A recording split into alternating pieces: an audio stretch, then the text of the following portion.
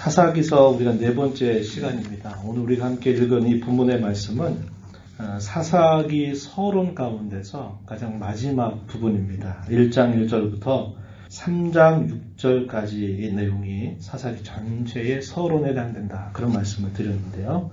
우리가 지난 시간에 함께 살펴봤던 말씀은 사사기 시대 약 330년이라고 하는 이 긴 시간 동안 어떠한 순환들이 계속적으로 진행되었는가 하는 것을 우리가 함께 살폈었습니다. 예를 들면 2장 11절부터 13절 내용을 보면 거기는 하나님의 백성들이 범죄에서 타락하게 되는 내용이 소개가 되고요. 2장 14절 15절에 보면 그들을 하나님께서 고치기 위해서 그들을 징계하시는 내용이 나타납니다. 2장 16절부터 18절 내용에서는 하나님께서 겸손히 자신의 고통을 호소하고 부르짖는 그 백성들의 간구를 들으셔서 사사를 세우시게 됩니다. 그리고 그 사사를 통해서 하나님이 그들을 이방의 압제로부터 건져내시는 일을 해주세요. 구원에 관한 말씀이 나타나고요. 19절 가면 이제 구원을 받아서 평안한 삶을 살게 될 때 그들이 또 어떤 일을 하냐면 결국 또 범죄에서 또 타락하는 모습이 나타납니다. 그래서 이 사사시대의 이 악순환이라고 부르는 내용은 그들이 범죄에서 타락하고 하나님이 그들을 징계하시는 내용들, 그리고 그들이 그 징계로 인해서 회개하고 하나님께 도움을 구할 때 사사를 통해 구원하시고 또 시간이 흘러가면 또다시 범죄에 타락하는 이런 순환들이 계속적으로 악순환을 이루게 되는 모습을 우리가 살펴보게 된다는 것입니다. 오늘 우리가 읽은 본문의 말씀은 이렇게 끊임없는 악순환을 계속하는 이 이스라엘 백성들에 대해서 여호와 하나님께서 과연 그들을 어떻게 다루시는가 하는 내용을 보여주고 있습니다. 처음에는 하나님께서 그들을 시험하셨다라고 말합니다.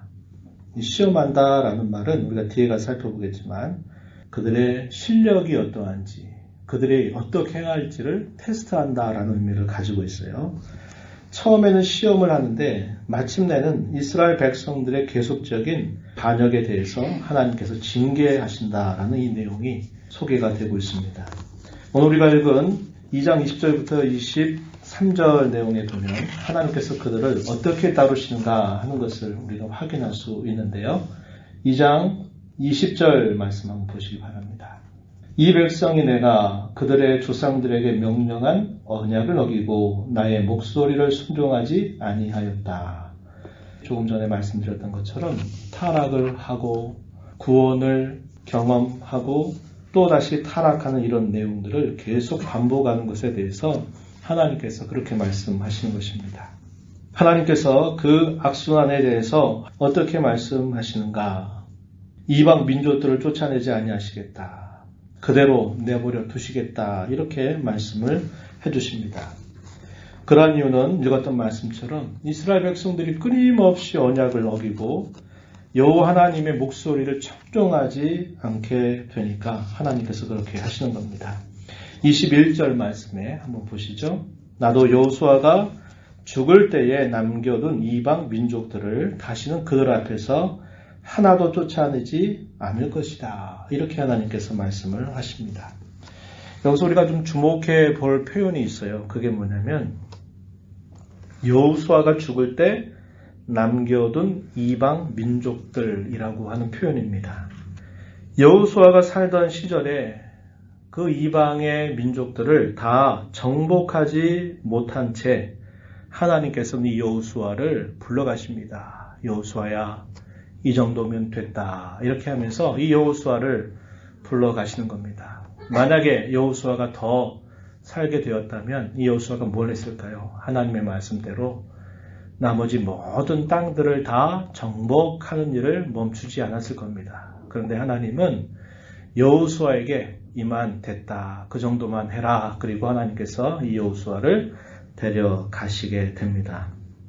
그래서 하나님은 의도적으로 이방의 족속들, 민족들을 그대로 내버려 두셨다는 겁니다. 이방 민족들이라고 하는 이 표현이 굉장히 많이 반복이 되는 걸 우리가 확인해 볼 수 있어요. 우리가 뒤에 가서 좀 살펴보기로 하고, 먼저 우리가 좀 시간을 거슬러 올라가 한번 보면은 모세가 가나안 땅의 동쪽편 모압 평지에 있을 때 이스라엘 백성들에게 엄숙한 명령을 주었을 때가 있습니다. 이 내용이 어디에 기록이 되냐면 신명기 7장 1절로부터 5절 말씀에 보면은 분명히 기록이 되고 있는데, 모세가 이스라엘 백성들에게 이렇게 엄숙한 명령을 줍니다. 가나안 땅에 들어가게 될 때 그 가나안에 사는 모든 족속들을 다 진멸해라, 이렇게 이야기합니다. 신명기 7장 2절 이렇게 표현되고요. 3절 가서 보면 또 뭐라고 말하냐면 너희는 그 땅의 족속들과 결혼하지 말게 하라는 겁니다. 데려오지도 말고 또 보내지도 말라라고 말씀을 하셔요. 5절 가서 보게 되면 또 어떤 명령을 주냐면 모든 우상들을 다 없애버려라 하는 명령을 줍니다. 이 내용을 제가 9절로 한번 소개해 드릴게요. 여러분 혹시 한번 찾아보셔도 되겠습니다. 신명기 7장 1절에 이렇게 말합니다. 내 하나님 여호와께서 너를 인도하사 내가 가서 차지할 땅으로 들이시고 내 앞에서 여러 민족, 헷 족속, 기르가스 족속, 아므리 족속, 가나안 족속, 브리스 족속, 히비 족속, 여부스 족속, 곧 너보다 많고 힘이 센 7 족속을 쫓아내실 때 2절에 내 하나님 여호와께서 그들을 너에게 넘겨 너에게 치게 하시리니 그때 너는 그들을 진멸할 것이라, 이렇게 말합니다. 그들과 어떠한 언약도 하지 말아라. 그들을 불쌍히 여기지도 말 것이며 또 그들과 혼인하지도 말지니 내 딸을 그들의 아들에게 주지 말 것이요 그들의 딸도 내 며느리로 삼지 말 것은, 이렇게 말하면서 5절 가서 보면 이렇게 말합니다. 오직 너희가 그들에게 행할 것은 이러하니 그들의 제단을 헐며 주상을 깨뜨리며 아세라 목삭을 찍으며 조각한 우상들을 불사를 것이니라, 이렇게 말합니다. 이것은 모세를 통해서 이미 이스라엘 백성들에게 분명히 주었던 하나님의 뜻이었어요. 자폰을 하면 안 된다. 우상들은 다 제거해야 된다. 다 진멸해야 된다. 이렇게 이야기를 한 것입니다. 그런데 하나님께서 이 백성들을 여호수아가 다 정복하지 않고 있을 때 하나님 여호수아를 데려가셨어요. 이것은 하나님이 일부러 남겨두셨다고 이야기하는 겁니다. 1절 말씀 3장 1절 가면은 이런 표현이 있어요. 가나안의 모든 전쟁이라는 표현이 나타나죠. 사사기 3장 1절에 여호와께서 가나안의 모든 전쟁들을 알지 못한 이스라엘을 시험하려 하시며, 이렇게 표현되어 있습니다. 이 가나안의 모든 전쟁은 여호수아에서 말하는 의미는 뭐냐면 정복 전쟁을 말하는 겁니다. 가나안 땅의 족속들을 옛적에 아브라함에게 주셨던 약속의 땅이기 때문에 그 땅을 다 정복해서 차지하라고 하시는 그런 명령에 따라서 수행하는 전쟁, 정복 전쟁을 말해요. 그런데 이 광야에서 태어난 출애굽 1세대는 전쟁을 해본 경험이 없는 세대입니다. 그렇기 때문에 하나님께서는 이들에게 일부러 이방 민족들을 남겨두셨다고 이야기합니다. 남겨둔 이방 민족들에 대한 표현이 우리가 알고 있는 본문 속에 무려 4번이나 반복이 됩니다. 한번 살펴볼까요? 2장 21절에서 그렇게 말했죠. 여호수아가 죽을 때에 남겨둔 이방 민족들, 이렇게 표현되어 있습니다. 또 23절 가서 보면은 여호와께서 그 이방 민족들을 머물러 두사, 여호와께서 그렇게 하셨다라고 이야기하죠. 3장으로 넘어오면은 3장 2절 말씀에 보면은 2절 끝부분에 보니까 뭐라고 말합니까? 남겨두신 이방 민족들, 이렇게 표현되어 있습니다. 4절 가서 보면 또 이렇게 말합니다. 4절 남겨두신 이 이방 민족들이라고 표현이 나타나요. 그래서 우리가 읽은 이 본문 속에서 하나님께서 일부러 남겨두셨다라고 이야기하는 겁니다. 3절에 보면 그 남겨두신 이방의 민족들이 어떤 민족들인가 알려주는데요. 3절 한번 눈으로 보세요. 블레셋의 5 군주들을, 모든 가나안 족속들, 시돈 족속들, 희위 족속들을 하나님께서 남겨두셨다라고 이야기하십니다. 이렇게 남겨두시는 그 목적이 무엇인가 우리가 본문에서 확인합니다. 두 가지로 정리해 볼 수 있어요. 첫 번째는 뭐냐? 시험하시려고 하시는 목적이었다라고 가르쳐 줍니다. 이 말도 역시 우리가 읽은 이 본문 속에서 여러 차례나 확인할 수 있는 표현입니다.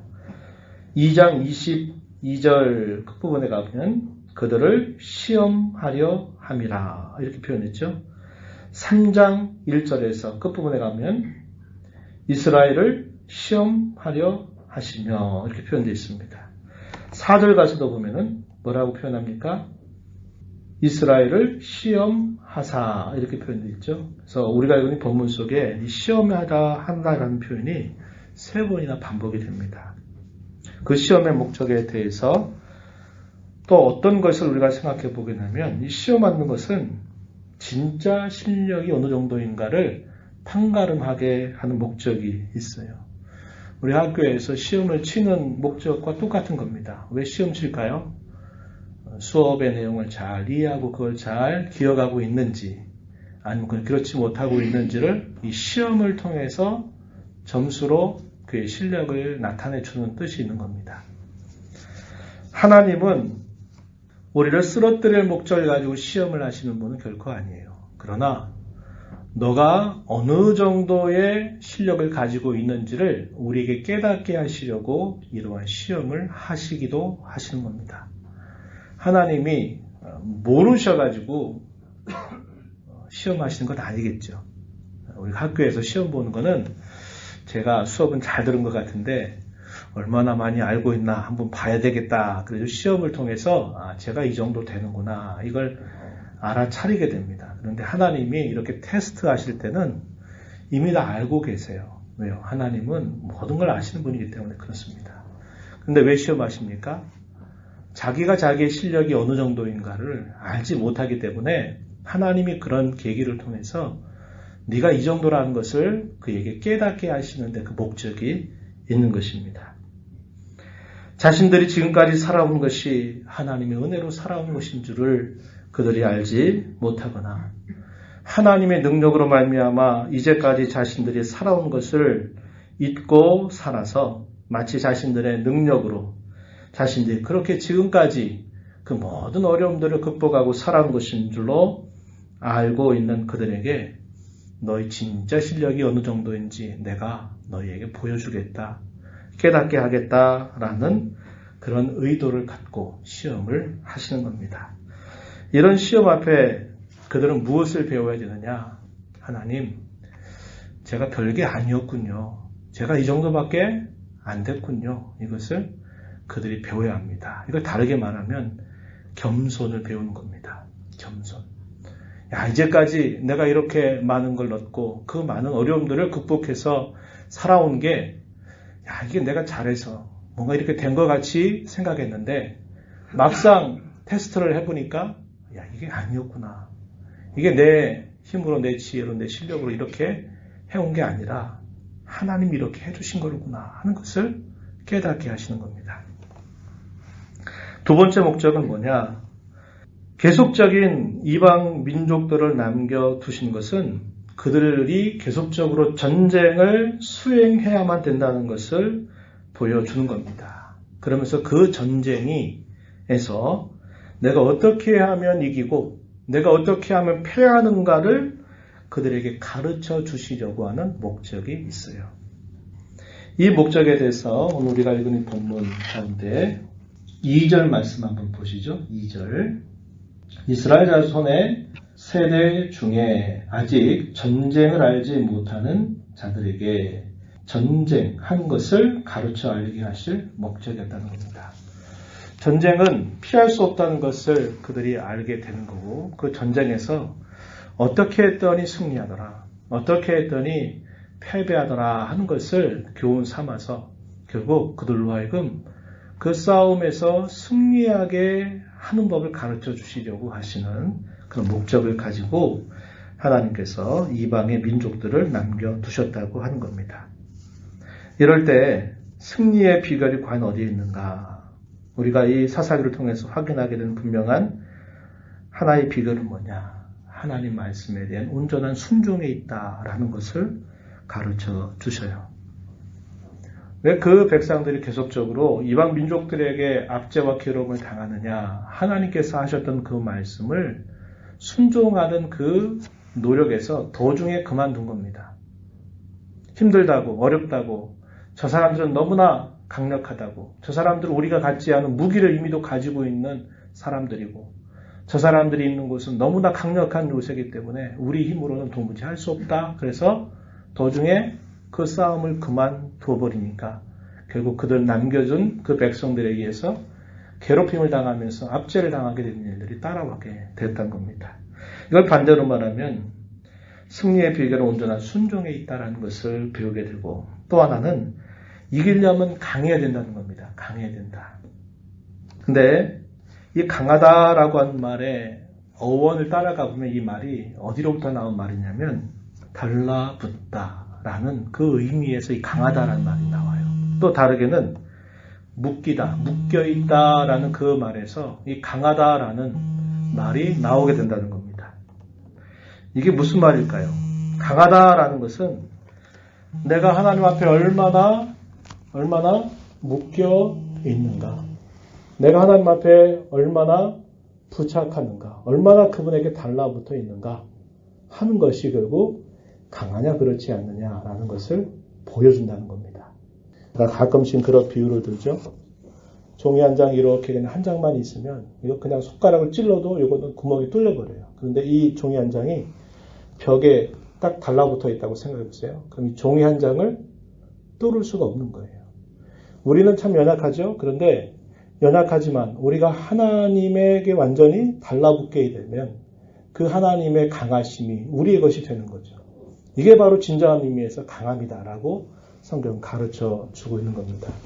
그래서 강해지는 것은 다른 데 있는 게 아니라 하나님께 완전히 달라붙는 것이 강한 것이고, 그렇게 강할 때 곧 어떠한 전쟁에서도 승리할 수 있다라는 것을 가르쳐 준다는 겁니다. 이걸 다르게 이렇게 말할 수 있어요. 하나님을 철저하게 의지하는 법을 배우는 겁니다. 그런데 그들이 그 테스트를 잘 통과했을까요? 잘 통과하지 못합니다. 그 백성들은 이미 복임이라고 하는 것, 사사기 2장 1절로부터 5절 우리가 말씀을 살펴보았는데, 이 복임이라고 하는 말은 통곡한다, 운다라는 뜻을 가진 이름인데, 본래부터 불려졌던 그 지명은 뭐였냐면 베델이라고 불렸던 그 지명이 복임이란 말로 바뀌어서 불려지게 됩니다. 그 배경이 뭐냐? 베델이라고 하는 말은 하나님의 집이다, 하나님이 이곳에도 함께 하신다, 하나님이 임재하신다 라는 것을 나타내는 그 곳인데, 그 백성들의 경험이 그 지명을 어떻게 바꿨냐면 통곡한다, 운다 라고 하는 뜻의 이름으로 바꿔버리게 됐다는 거예요. 복음에서 엄숙한 경고를 받고 회개하고 다짐한 경험이 있었습니다. 사사기 2장 1절로부터 5절에 그 표현이 나타나고 있는데, 한번 잠깐 앞으로 한번 가보실까요? 사사기 2장 3절 말씀에 먼저 보면은 이렇게 말씀하십니다. 그러므로 내가 또 말하기를 내가 그들을 너희 앞에서 쫓아내지 아니하리니 그들이 너희 옆구리에 가시가 될 것이며 그들의 신들이 너희에게 올무가 되리라 하였노라. 이런 말씀을 여호와의 사자가 이스라엘 백성들에게 베델에 있을 때 이 말을 하게 됩니다. 왜 그랬을까요? 하나님의 말씀에 부착하지 않고 그 말씀에서 떠나 있기 때문에 결국 그들이 어려움을 당하고 있는데, 그 어려움 때문에 이러한 엄숙한 경고의 말을 여호와의 사자가 한 것이에요. 그 말을 들었던 이스라엘 백성들이 어떻게 반응했을까요? 사사기 2장 4절과 5절 이어진 말씀에 보면은 이렇게 말합니다. 여호와의 사자가 이스라엘 모든 자손에게 이 말씀을 이루매 백성이 소리를 높여 운지라. 여기서 복임이라는 말이 나온 겁니다. 그러므로 그곳을 이름하여 복임이라고 그들이 거기서 여호와께 제사를 드렸더라. 이렇게 표현합니다. 하나님께서 엄숙하게 경고를 하니까 그 백성들이 그 말을 듣고서는 통곡하고 울었다라고 이야기합니다. 그래서 그곳 지명을 복임이란 말로 바꿔서 부르게 되었고, 거기에서 그들이 한 일은 뭐냐면 여호와 하나님께 제사를 드렸다. 이 말은 그들이 자신들이 잘못한 죄에 대해서 회개하고 제사를 드리면서 나름 결단을 했다는 것을 말해주는 겁니다. 이렇게 회개하고 결단이 있었지만 그 다짐이라고 하는 것이 오래가지 못했다는 겁니다. 결과적으로 어떻게 됐느냐? 이스라엘 백성들은 이방의 족속들의 딸들을 아내로 맡고 자기 딸들을 그들의 아들들에게 주고 또 그들의 신들을 섬겼다라고 이렇게 말합니다. 5절, 6절 보면 그렇게 표현하고 있는 말씀이에요. 그러니까 결국은 어땠다는 겁니까? 도중에 그들이 회개하고 또 결단하는 일을 했지만 결국은 시간이 흘러가면서 어떻게 됐냐면 또다시 그들은 여호와 하나님을 떠나게 되었다는 것을 말해주고 있는 겁니다. 그래서 우리가 읽은 이 사사기 3장 5절과 6절의 이 말씀은 사사기 서론의 마지막 결론적인 이야기인데요. 이것은 사사시대 전체의 결론적인 말씀이기도 하다는 겁니다. 그래서 우리가 앞으로 읽어갈 이후의 모든 말씀들을 보게 되면 결국 이 문제에 결국 그들이 빠지게 되고 이 문제로부터 벗어나지 못한다는 것을 분명하게 보여주고 있는 겁니다. 우리가 오늘 이 말씀을 보면서 몇 가지 좀 적용을 해보려고 해요. 한 3가지 정도 적용을 해보려고 하는데 첫 번째는 하나님은 언제나 진노를 베푸신다 하더라도 징계하신다 하더라도 하나님은 언제나 긍휼을 베풀어 주신 분이다라는 사실을 우리는 다시 확인할 수 있습니다. 그런데 그러한 진노를 긍휼로 바꾸어 주시는 그 길은 뭐냐? 그 백성들이 자신들의 죄로부터 진정하게 돌아선 것, 진정한 회개밖에 없다는 것을 우리는 배워야 한다는 겁니다. 시편 말씀에 보면 그런 말씀이 있죠. 여호와께서 베푸시는 은총은 평생이고 하나님께서 노여움을 나타내는 것은 잠깐이다 라는 말씀을 합니다. 하지만 우리는 그 잠깐의 노여움조차도 감당하기 너무나 힘들어 합니다.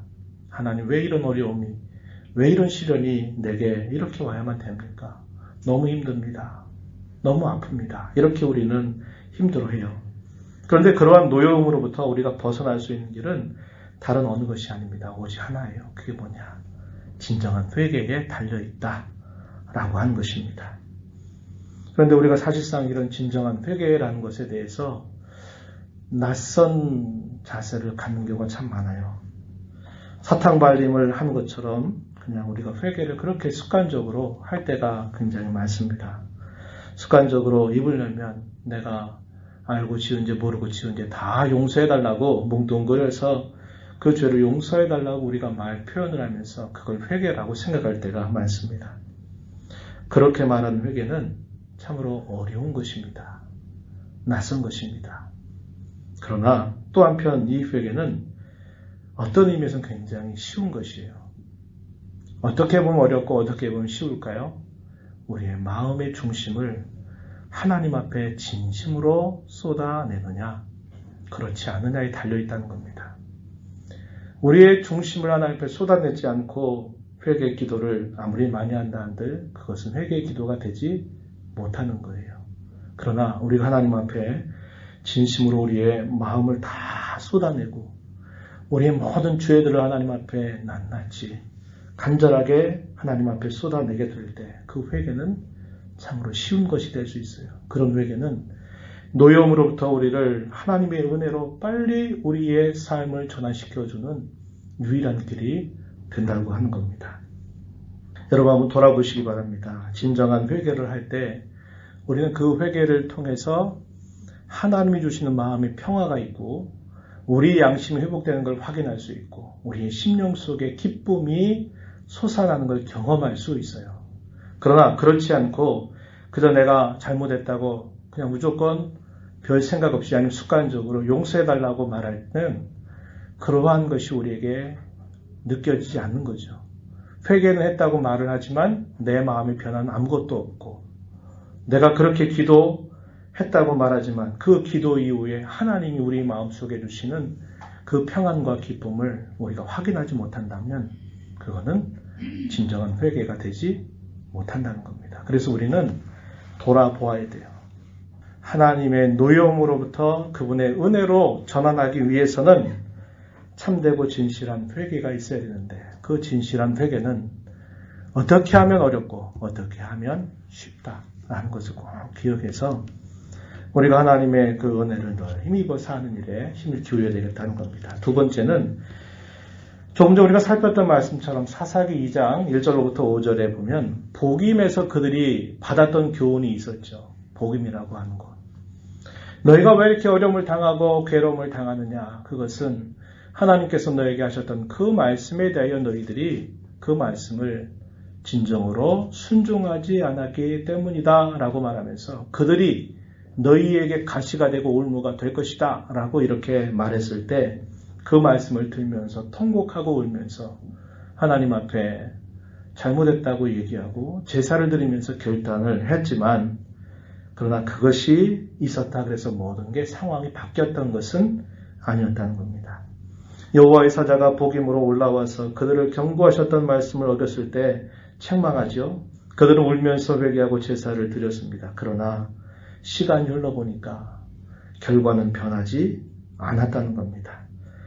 결국 그들의 결말은 이방 민족들에 의해서 끊임없이 괴롭힘을 당하게 되었고, 시간이 더 흘러가게 되면서 결국 그들은 가나안 땅에 차지하고 들어갔지만 결국 그 땅으로부터 패방해서 쫓겨나게 되는 아픔을 경험하게 되었습니다. 그게 뭡니까? 이스라엘 나라가 분열왕국이 되었고 북쪽에 있는 이스라엘 나라가 아수르라고 한 나라에 의해서 패망을 당해서 가나안 땅에서 쫓겨나 버리죠. 그리고 얼마의 시간이 더 흘러갑니다. 유다 나라가 남아 있었지만 유다 나라는 바벨론 나라에 의해서 결국 패망해서 이 가나안 땅, 약속의 땅으로부터 쫓겨나서 로마 제국의 포로로 다 끌려가버리게 되는 그런 아픔을 맞게 되었다고 하는 겁니다. 복음의 교훈과 그 결말을 우리는 끊임없이 되새겨야 한다는 거죠. 우리가 하나님 앞에 잘못했다고 생각하고 돌이켰다, 결단했다고 말하면서도 또다시 우리의 삶 속에서 하나님 앞에 온전하게 돌아서는 일이 없이 그저 우리가 그렇게만 하고 끝나버리게 된다면 결국은 똑같은 그런 어려움을 겪게 된다는 것을 우리는 알게 되는 것입니다. 마지막 세 번째는 싸움의 승패는 어디에 달려있는가 하는 것입니다. 우리에게도 여전히 사탄은 끊임없이 우리를 시험을 하고 우리를 공격해 오게 될 때 그 싸움에서 우리가 어떻게 승리할 수 있을까? 그것은 하나님 말씀에 대한 철저한 순종, 그리고 또 한편 우리가 하나님 앞에 내 힘으로 안 된다고 생각하는 참된 겸손, 그리고 우리가 강해져야 한다는 건데, 그 강해진다는 것은 아까 이야기했던 것이 저를 뭐라고 말했나요? 하나님께 달라붙는 데 있다는 겁니다. 거기에 진정한 싸움의 승리 비결이 있다는 것을 우리는 다시 한번 기억하자는 거죠. 사사기 악순환이 계속됐습니다. 그 원인이 무엇 때문이었을까요? 이런 원리입니다. 내가 정복하지 못하면 결국 정복당한다라고 하는 이러한 원칙이었습니다. 그래서 아까 우리가 살폈던 것처럼 이미 모세가 있던 때에 하나님께서 그 백성들에게 그렇게 얘기하는 거예요. 너희는 진멸하도록 해라. 그리고 너희의 자녀나 너희의 딸들을 이방 사람들과 자포나지 않도록 해라. 그리고 너희가 그 땅에 들어갈 때 모든 우상들을 완전히 다 제거해버려라. 이렇게 말씀했어요. 이게 뭡니까? 온전한 정복할 것을 명령했는데 이스라엘 백성들이 그 후대에 그걸 온전하게 정복하지 못하게 되면서 결국은 그들이 마침내 시간이 흘러가면서 정복당하게 되는 그런 결과를 맞게 된 것입니다. 우리 하나님 앞에 겸손을 잊지 말아야 합니다. 내 힘으로 안 된다. 내 실력이 별것 아니라는 것을 우리는 늘 알아야 되겠고, 우리가 완전히 우리 자신을 하나님께 포기할 때만 강해질 수 있다라는 것을 우리는 끊임없이 기억해야 되겠고, 또 한편 우리는 우리에게 주신 영적인 무기를 힘써 사용해야 될 것을 기억해야 합니다. 그 영적인 무기는 다른 데 있는 게 아니라 이렇게 우리에게 가르쳐줘요. 고린도후서 10장 4절 5절 보면은 이런 말씀을 바울 사도가 건네줍니다. 자, 우리 함께 말씀을 함께 읽어보겠습니다. 고린도후서 10장 4절 5절. 우리의 싸우는 무기는 육신에 속한 것이 아니요 오직 어떤 견고한 진도 무너뜨리는 하나님의 능력이라. 모든 이론을 무너뜨리고 하나님 아는 것을 대적하여 높아진 것을 다 무너뜨리고 모든 생각을 사로잡아 그리스도에게 복종하게 하니. 아멘. 여기 보면 뭐라고 얘기하냐. 우리의 싸우는 무기는 육신에 속한 것이 아니다. 그것은 하나님의 능력이다. 이걸 다르게 말하면 신적인 능력이라는 겁니다. 그 신적인 능력이 어디로부터 오느냐. 그것은 다른 데 있는 게 아니라 하나님의 말씀으로부터 오는 거죠. 그분이 우리에게 주신 것들을 우리가 부지런히 사용하는 것에 진정한 능력이 있고 진정한 무기가 된다는 것을 우리에게 가르쳐 주는 겁니다. 우리가 오늘 이 말씀을 보면서 이러한 교훈들을 우리 마음에 잘 새겨서 우리의 남은 또 한 주간의 삶, 또 우리 남은 생애를 주 앞에 살아가게 되는 저와 여러분 모두가 되기를 축복합니다. 하나님 아버지 감사합니다. 사사기의 말씀을 읽어가면서 하나님께서 처음에는 그들의 실력이 어떠한지를 드러내시고자 시험하실 목적으로 이방의 족속들을 그들 곁에 남겨두셨다고 이야기합니다. 그러나 그들이 그러한 시험을 통과하지 못한 채 끊임없이 그들은 실패하고 패배를 경험하게 되면서 끊임없이 이방인들의 압제를 당하게 되는 일들을 겪었고 역사가 많이 흘러가면서 마침내 그 땅에서 쫓겨나게 되는 그런 아픔을 경험하게 되었음을 함께 생각해 보았습니다.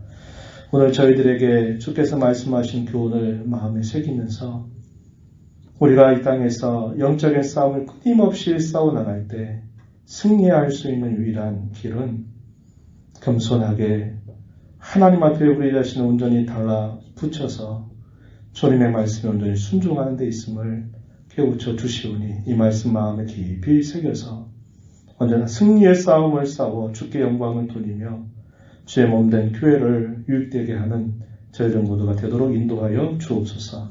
예수님 이름으로 기도하옵나이다. 아멘.